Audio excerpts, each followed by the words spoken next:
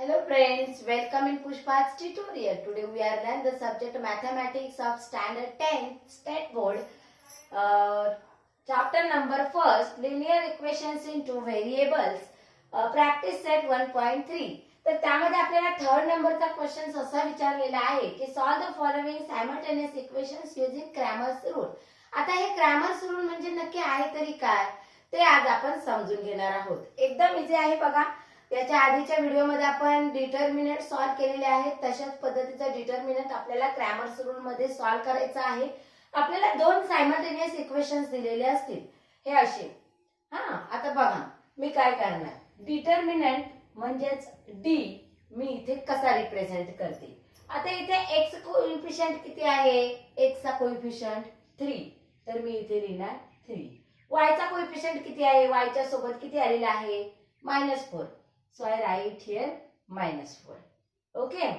तसंच second equation मध्ये x च्या सोबत कोण आहे कोएफिशियंट 4, पुढे आहे 3. आता मी कसा हा डिटर्मिनंट सॉल्व करते ते पहा. पहिल्यांदा मी काय करणार, याने याला मल्टिप्लाय करणार.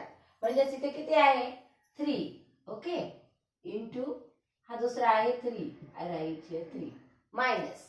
सेकंड ब्रॅकेट मध्ये मी काय करणार, याने याला मल्टिप्लाय करणार. इथे किती आहे -4, I write here -4 multiply by 4. Clear. आता बघा याचं मल्टिप्लिकेशन आपण करूया. 3 3 जा 9 मायनस 4 4 जा 16. आता इथे मायनस आहे, हे मायनस होईल प्लस. ओके, 16 प्लस 9, 16 च्या पुढे 9 बोट काउंट करा. 17 18 19 20 21 22 23 24 25 किती आली हे 25. तर मग मी इथे लिहिणार 25. आता इथे डिटर्मिनंट आपला सॉल्व झालेला आहे. आता आपल्याला काढायचं आहे डी सफिक्स एक्स, म्हणजेच हे असं dx.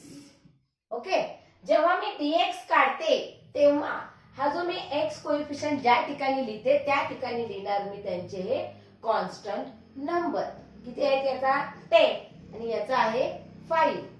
जिथे मी x चा कोएफिशियंट लिहिला आहे तिथे मी हे कॉन्स्टंट नंबर लिहिणार 10 5. I write here 10 5. आणि दुसरी जी साइड आहे ती मी ऍज इट इज लिहिणार, कारण मला dx च काढायचं आहे. ओके, तर मी दुसरी साइड लिहिली ऍज इट इज, ही अशी. करूया आपली नेहमीची पद्धत. 10 multiply by 3 minus -4 multiply by what 5. आता पुढे बघा, 10 3 जा 30 मायनस मायनस मायनस होईल प्लस. 4 5 जा 20 किती आले हे 50. ओके, आता आपण dy काढूया. या dy मध्ये काय करायचं, हा x वाला जो आहे आपला कॉलम तो जसाच्या तसा लिहायचा आणि y च्या कॉलम मध्ये फक्त हे कॉन्स्टंट नंबर घ्यायचे. कुठले 10 आणि 5. तर करूया त्यांचं पुन्हा एकदा cross multiplication. 3 multiply by 5 minus 4 multiply by 10. Okay, 3 5 जा 15 मायनस 10 4 जा 40. आता इथे बघा 15 मायनस 40. आता इथे 14 ला काय आहे मायनस, 40 ला मायनस साइन आहे, म्हणजे माझ्या उत्तराला मायनस येईल, कारण मोठ्या संख्येला जो चिन्ह असतो तो उत्तराला येतो. ओके, आता 40 मायनस 15 किती होतील बघूया.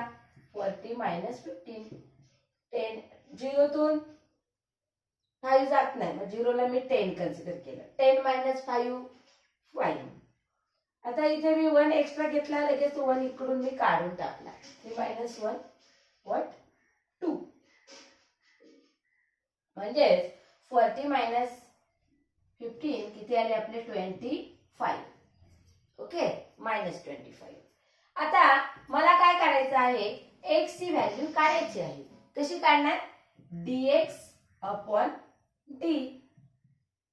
आता dx ची किंमत किती आली मला इथे 50, सो I write here 50. 25 1 जा 25, 25 2 जा 50, म्हणजे याचं उत्तर आलं 2. आता y ची व्हॅल्यू काढणार. y is equal to dy upon d. dy ची व्हॅल्यू किती आली इथे -25. डी ची व्हॅल्यू किती आहे इथे 25. 25 1 जा 25. हा इथे मायनस आहे म्हणून आला -1. ही झाली एक्स आणि वाय ची व्हॅल्यू. मग मी काय लिहिणार? Solution is x, y is equal to, आता x ही व्हॅल्यू पहिली लिहायची, किती आलेली आहे 2. So I write here 2, comma y ची किंमत आहे -1. I write here -1. लक्षात असे फायनल स्टेटमेंट लिहायची. The solution is x, y is equal to 2 -1. आता हा माझा जो आन्सर आलेला आहे तो करेक्ट आहे की इनकरेक्ट आहे हे मी कसं पाहणार? तर हे असं, त्यामध्ये कुठलाही तो इक्वेशन आहे तो उचलायचा.